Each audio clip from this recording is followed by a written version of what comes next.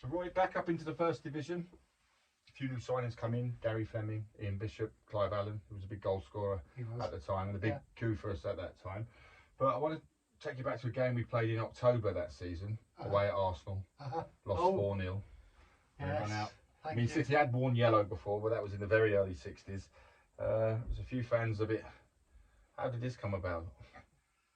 God, I don't know how this come about, but I can remember everybody putting it on and everybody's passing comments on the colour and various things. But we know the result.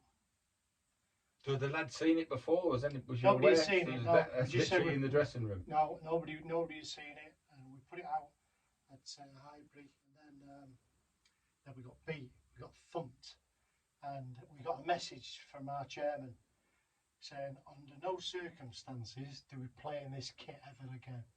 And we was led to believe that it got burnt. Right. So no, it was distributed to a member of Freddie Pye's family, and it was used well, for a number of years later on in Manchester, Saturday and Sunday leagues. That doesn't telling us one thing and then it's something else it goes on.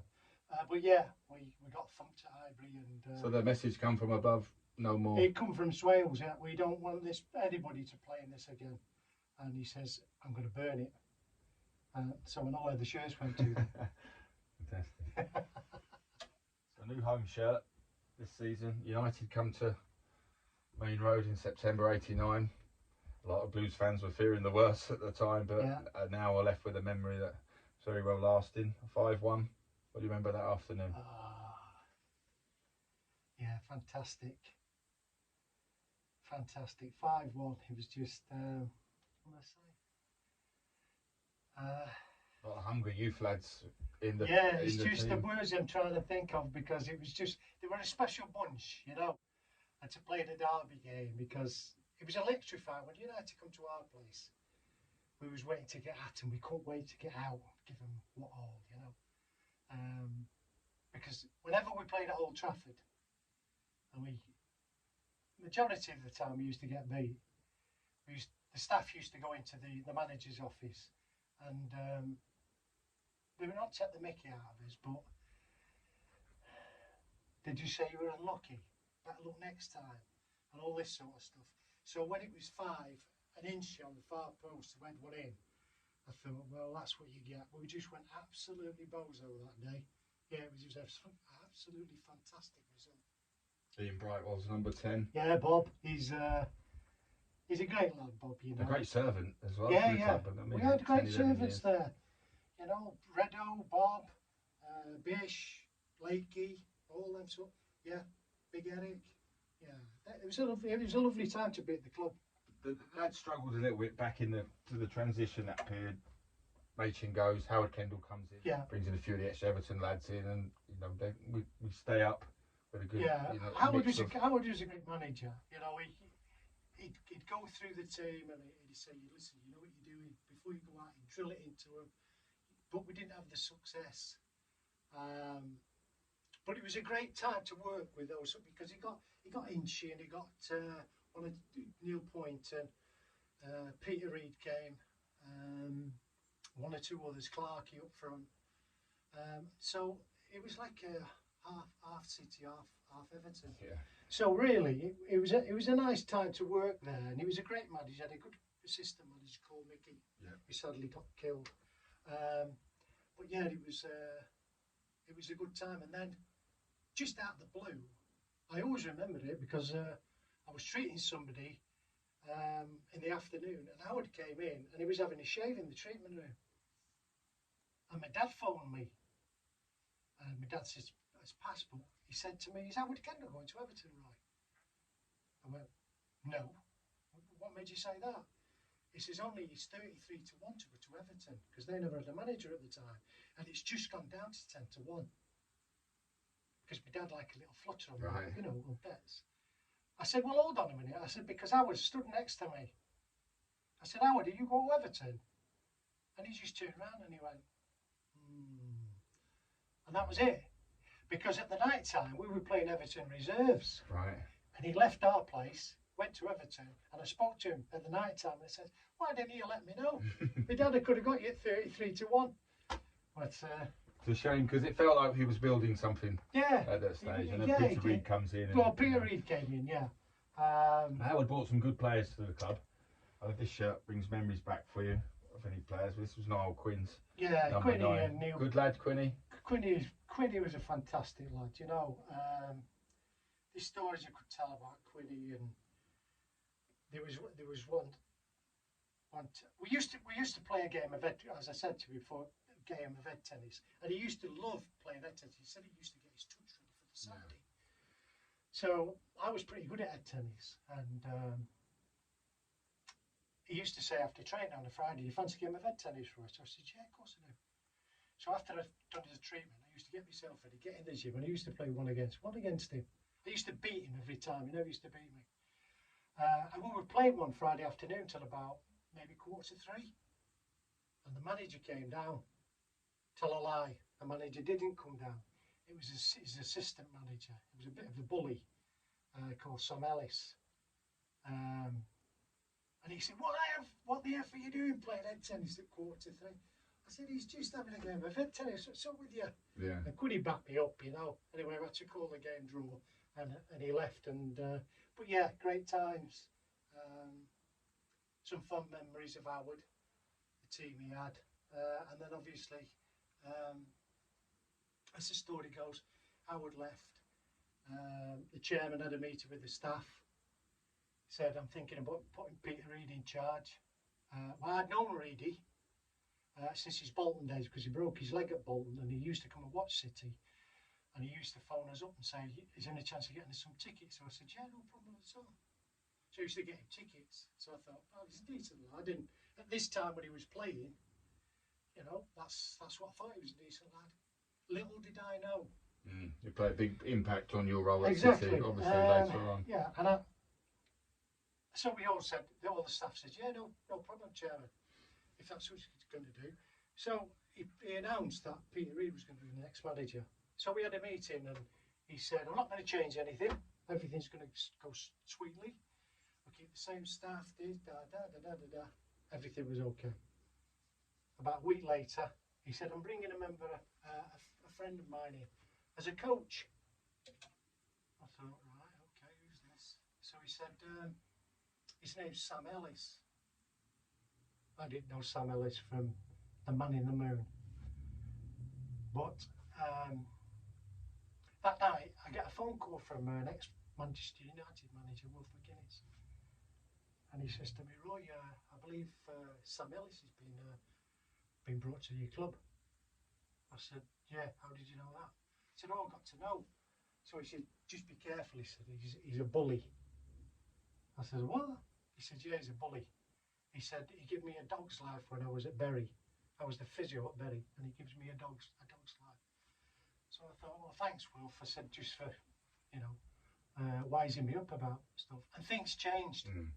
From that day, things changed. Peter changed. He was more aggressive. The way he spoke to people, the way he spoke to Glyn Pardo was scandalous. And I thought, he's changed.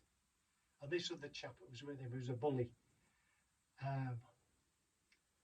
So I thought after the first 6 or 7 games, I thought, I have to look after myself in this situation, because he was demanding certain things that you would never demand as I mean, I've worked under 14 managers, and I graft my socks off, and I love the club, and I love the way it was run, and all this. But he started to change things, not for the good, because, I mean, if it's, for instance, Ken Barnes, beautiful bloke, great scout, he used to have people on the Friday afternoon, used to come to the ground, used to go in his office, and they used to have a couple of drinks, including Dennis Law, including the 2 other names, I can't think of the names now, but they were older players. Joe Fagan, Paddy Fagan, and Johnny, been that way for Johnny years, Williams. it? Yeah. It's been that way for, there was no harm. And he stopped it. He said he didn't want Dennis Law anywhere near the club again. I said, what's he done? And Barnesy was fuming. So anyway, that was one of the things. Yeah. The other one that really annoyed me I had a great friend, God rest his soul, was called Eddie Large. Yes. Big City fan, absolutely City nut. And he used to drive from Portishead, where he used to live, in Bristol. He used to come up for games, every game, and he used to come in the treatment room way before the players were even arriving. So he used to do a bit in the VIP lounges. So he used to have a bit of a crack with the lads, and they disappeared when it was time. He used to get out. So this particular day, he come in, the manager, and he says, "Tell your fat he's not welcome anymore." I says, "What?" He says, "Tell your friend he's not welcome anymore in here." I said, "I ain't going to tell him that. You tell him. Don't think I'm going to do your dirty work for you." He said, "Just tell him." So things were changing, Roy. Attitudes towards people were changing. When probably really there was no need for it. No need to. It was a characteristic of a proper bully. Being only 5'2" and whatever he was a bully. So you leave City under Reed. I won't go into that too much. That's for you to tell another time. Maybe in the book, maybe not. Yeah, I mean, I'm sure there'd be quite a few City fans maybe would be very much interested in that. So you leave the club, Roy. Yeah. You have a break altogether from football. Life changes, but then you come back to City. Yeah, it was 95. You come back again. 95. You're still in the Premier League. Reed's moved on by this time. Yeah, by then he'd been Brian Horton came and went. Yeah, Brian Horton left. So who was it? It was Alan Ball. Alan Ball. I got a call off because I was working for a medical company, supplying all football clubs with various medical equipment, this, that, and the other, and I was quite happy. I really was. Yeah. But deep down, I was hurt, the way I was treated, but I had to try and let go of it all, and it was very difficult. And talking about it today still is difficult for me. But Francis phoned me up, who I've always been. I was forward with Franny out, get Swales out and all that sort of stuff. But he phoned me and he said, "I want you to come back, Roy." So I said, "Nah, I'm okay, Fran." So he says, "No, I want you to come back because what I've seen happening with the other physio is not acceptable to me. There was players drinking tea while they were exercising, they were reading papers, they were eating food in the gymnasium, in the treatment room." So all got a bit lackadaisical. Exactly, lackadaisical, and I didn't allow that. I'd learnt a lot off Freddie Griffiths about discipline, knocking on the treatment room door for you to come in. All that had gone. And Fran says, "I want you to come back." So I said, "Well, put a little parcel together for me and I'll think about it." And then I came back and it was as though I'd not been away. Fantastic. So Alan Ball comes in as the manager then? Yeah. I mean, a lot of players coming and going, but we had some great signings coming under. Horton was still there when you came. Little fella Paul Walsh. Yeah, little Walsh. It was a belting live little wire up front. And obviously we had Georgie Kinclatzy as well. Yeah. George was he was one of my favourites, George. Well, when the Georgians came, Franny phoned me and he says, "Look after them, Roy," because they couldn't speak a word of English. None of them.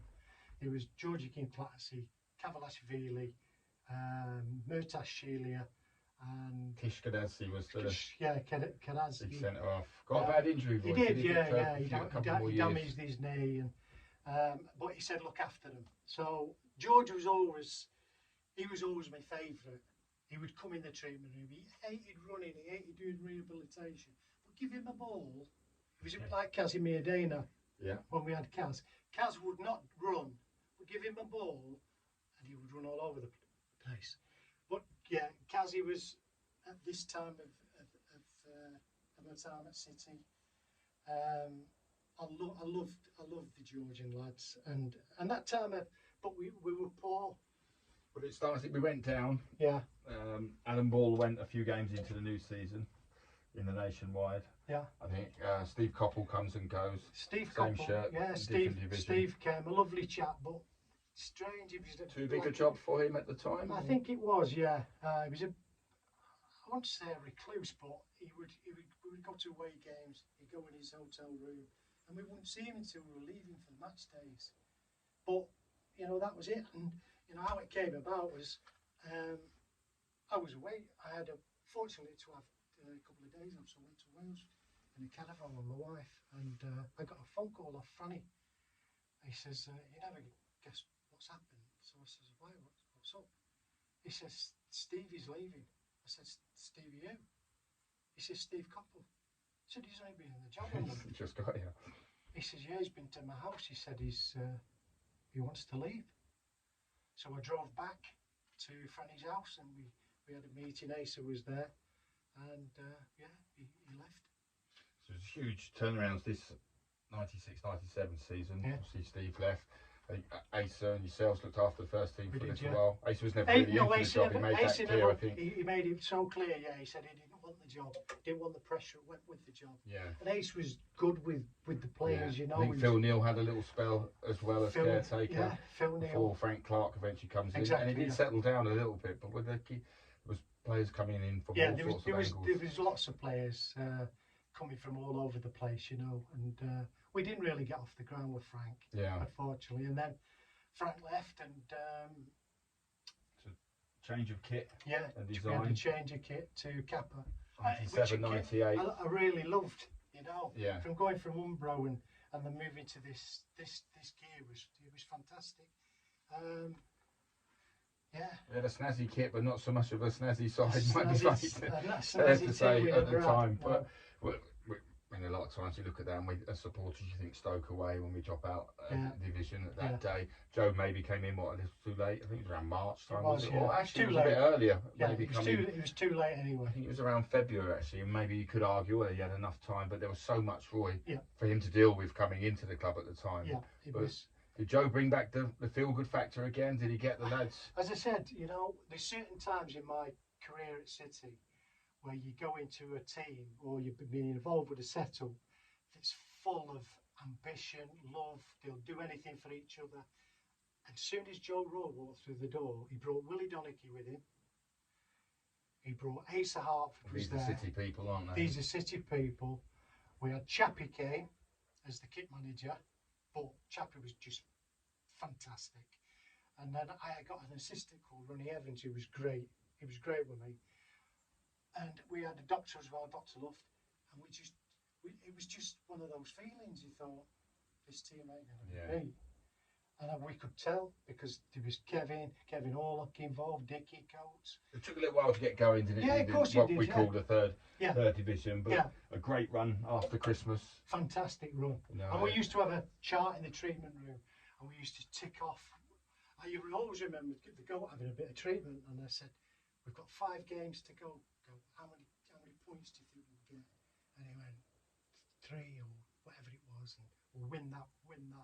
And it just, I kept seeing it. 5 games, 4 games, 3 games, and it was just we were probably just run out of momentum, didn't we? Didn't go straight up, which of course, if we had done, then maybe we wouldn't be talking. I mean, mentioned Sean. This is Sean's shirt from the '99, which he wore short sleeves for both halves. This is one of the days I'll take to my grave. It was just unbelievable. The preparation for it was fantastic. We get to the game. I think we're red hot favourites, and we sat in the sunshine. And the next thing we're 2 goals down. And just never got going really that day. No, and they run it right up to the very end. I think it was 8 minutes to go. The flag goes up, and I turned to Willie Donachie, and I'll never forget this. And I says to him, "You know what, Willie? If we ever needed a bit of luck, this club is now." And this is at 2-0 down. 2-0 down. There was that many people leaving as well, including members of my family who'd left, got back on the coach 2-0. And I remember the ball getting played back. Was it Nicky who picked up, or Gerard Vikings knocked it forward? Yeah. There was 2 similar goals. And Gareth Taylor had come on. Gareth Taylor, and then again Kevin Orlock get this ball sweet as a nut with his left foot, and it just took off. I thought, we ain't going to get beat. There's no way we're going to get beat. And I can remember he's pulling my shirt and said, "Roy, we're at it." And the next thing is, Dickie pops one in the top corner. I thought it just went mental. And the rest is history. Went into penalties. How was Sean Gota around the place? Oh, Sean was fantastic. And there was a lot of them. The goat was, it's just read on the back there, feed the goat. That's what they did. This kid just knocked him in. He's like this guy at the moment, Haaland. Just knock a ball in I'm that sure box Sean and would it be was there. pleased with that comparison, that's for sure. But he did. That was the goal. You just put it in there and he'd knock it in for you. And celebrated that night? Yeah, we celebrated right from after the game. I think we all went back to the hotel and then back to Willie Donachie's house and then somebody else's house. But it just materialised. It was just It certainly built the time. spirit in the mountains, didn't it? Because we went was into plenty of the spirit, following season, went up again. I mean, this was a new shirt again that season, which ended, that's not the shirt from the game, it ended at Blackburn away. Blackburn that away, afternoon in this style shirt. Oh, yeah. Blackburn's another game, you see. It belongs to City, it belongs to the fans. You couldn't get a ticket for love nor money a week before, and they were on that hill. I always remember on the hill. I always remember them doing the Congo. And I'm thinking, Jesus. Well, do you remember first half, Roy? Post bar, and then from about 40 minutes in, even as the sports would think, we're going to win this. It was mad. With a smile, because we had to win it, hadn't we, after that first half, where we could have been probably out of sight. But it was the fans that I remember behind the goal going absolutely bloody crazy. And I'm thinking, we're going to win this, we're going to win this. And then, boom, boom, boom, boom. Party time. Well, that's the last time I think I see Kennedy running up to Joe Rowley, giving him a big squeeze in the kids. It was brilliant, absolutely. So this lad a good character around the dressing room? Yeah. He's a crackpot. A great footballer, a beautiful left foot. He can open a tin of worms with his foot. His left foot. I remember him one day, we was in the... You see how just mad he is? I remember him one day, we used to have a balcony above the gym, Carrington, and we were doing some treatment and that, and the next thing is, Kevin Orlock's rolling down this, on the top, on this balcony, and he's got an air pistol, but it's only air, and he starts firing it, and I'm thinking, what's he doing, this kid? What's he doing? And another little story, like I say, is we did, from Carrington, we had some lovely countryside, so I thought I'd introduce a bit of bike work for him. So there was him, Crooksy, Sean Wright Phillips, I forget there was another one, and he used to have a Porsche, Kev, so it was all parked up, and I says, right, come on, we're going out on a cross-country ride on these bikes, and I said, you need to wear your helmets. You're not going on the bikes without the helmets. And he went, no problem, Roy. So we get about 2 miles away, through where United used to, well, where they train. And I thought, pardon me French, my head's on fire. And I've got no air, but my head's on fire. And I put my hand on my helmet, top of my head, and I smelt it, and it was algae pan. And he put this stuff in my helmet, so it was dripping into my face, it was burning my face off. And then Crooksy came off his bike, cut a long story short, when I got back, I put some super glue on his locks on his Porsche. Fantastic. So was there many players in that squad around that time you wouldn't play a prank on? No, none of them. They were all at it? Yeah, they were all at it. They were all, you know, if you messed about with him, you know, there's many a time, a couple of... Yeah, this lad breaks through around that time and has a fantastic season for us in the... Big Nicky, And then obviously was very unlucky with injuries as he went forward in his career. Yeah, but a lovely bloke, you know. I remember the last thing, one of the last things I ever remember was when he saved the penalty. He ran over, big Andy Morrison pulled him on the ground. They all pampered him, they all jumped on the top of him. And I was that emotional from the game. He was on his own, I jumped up to him and I kissed him and I says, you know what, Nick, I love you. And he went, I love you too, Roy. And he was just one of them lads. He was a great servant to the club, and boy, did he pull out some good saves that day. Yeah, a lovely bloke. So we go back up to the Premier League. Didn't quite work for us. It was a bit... The second promotion probably wasn't on the cards, was it, following the first? We went up and had a good go at it. This fella comes in, who's now will be a name that's forever remembered. Do you remember it? A young Erling running around? I did, yeah. A couple of times Alfie brought him in, but he's only a top. And now I see him now, he's a huge man. He's a special player. He is, there's no two ways. I mean, I heard Jamie Carragher talking about him last night on the Monday night show and the hairs on the back of my neck. I thought there's defenders out there wishing he'd never come to the Premier we're seeing League. Something very, very different. special. Yeah, And throughout my life, you know, I think I said to you just coming off the train there, I'm fortunate that I've seen some great players in my time. I've seen some great sportsmen as well. But these sort of people don't often pop up.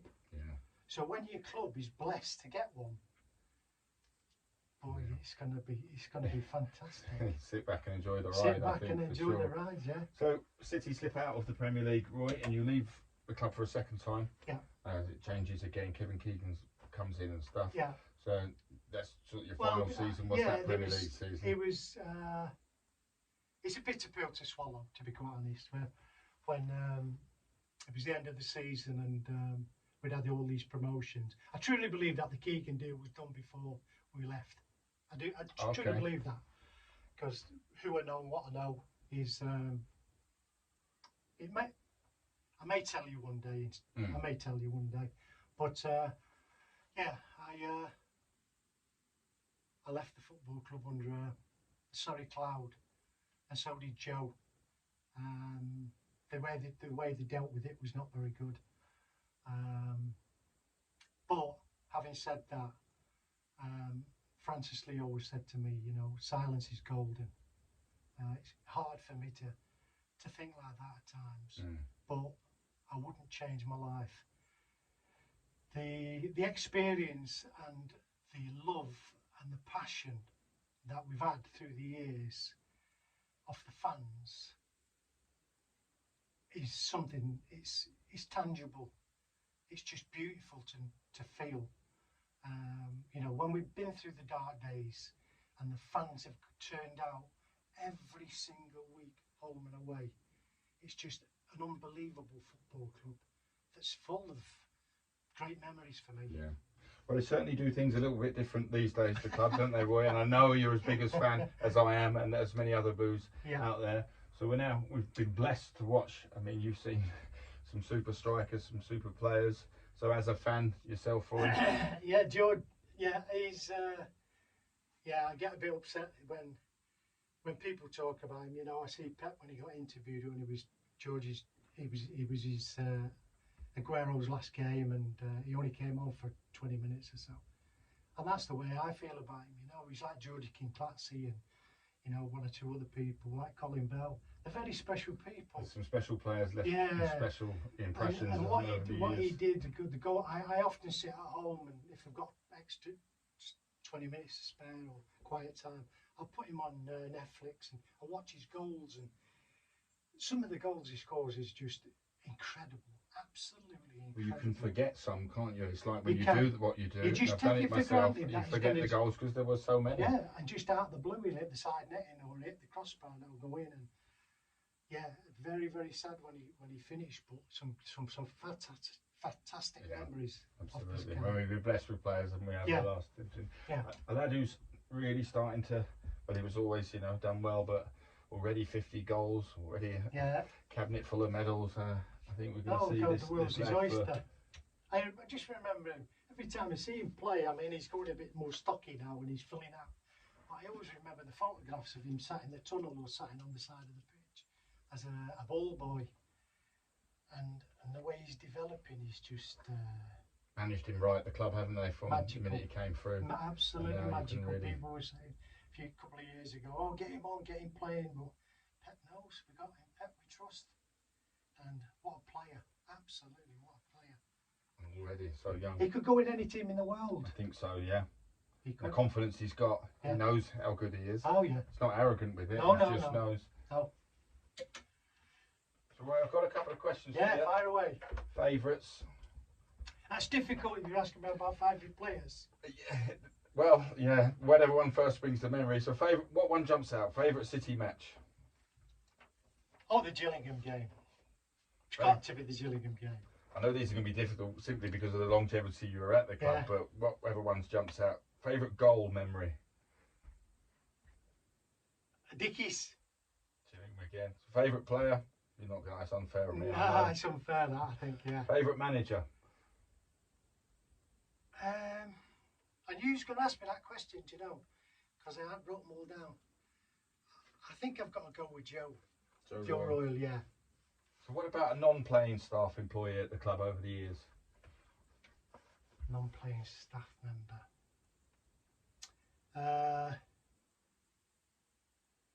It's difficult that. Yeah. Because I've known quite a few, you know, and there's been some lovely people in my life. Yeah. I know you mentioned Chappie was Yeah, about Chappie, you know, and it was going back to that time when Joe Rowe was in charge and this great success we had. I couldn't give you one. There's 2 or 3 in my head, and I don't want to upset anybody. What about home kit? Favourite home kit? What kit springs out for you? To start with? The first one I ever saw, the Colin Bell time. Lovely. Favourite away ground to visit? It sounds stupid. Either Old Trafford or Liverpool. Right. Liverpool, because many times we got beat off them. Yeah. And we go in their boot room and they patronise us. They said, "Oh, you're lucky this time." Yeah. And we're 4-0 down at half time or something. But it was great atmospheres, you know. Fantastic. So these are one-word answers for Yeah. you. Main Road or the Etihad? Main Road. Franny Lee or Erling Haaland? Or Franny Lee. Champions League or Premier League? Well, we're getting used to winning the Premier League. I think Champions League, yeah. Umbro Designs or Puma? Umbro, because it's the early start for me.